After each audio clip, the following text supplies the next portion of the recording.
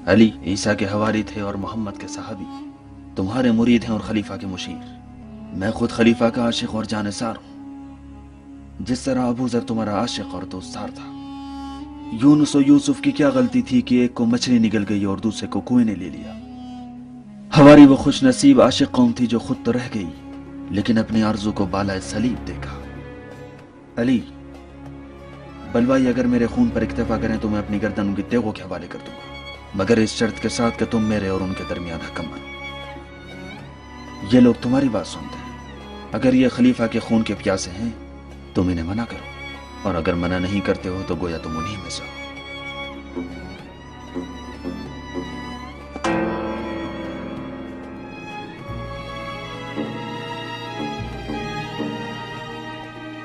कहां जा रहे हो अली?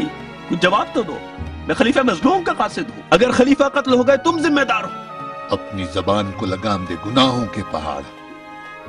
तेरा झूठ चूहे की बिल की तरह है जिसमें वो बिल्ली के डर से छुपा है। लगता है मलकुल मौत से मुलाकात हो गई।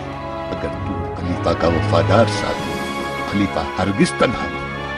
उन झूठों के सरदार बलवाई न तेरा खून चाहते हैं न खलीफा के खून के प्यासे हैं, तेरा असली चाहते हैं। बस अगर अपने दावे में सच्चा है तो कुर्सी छोड़ दे और खलीफा से किनारा कशी कर। तुम छोड़ोगे अली को?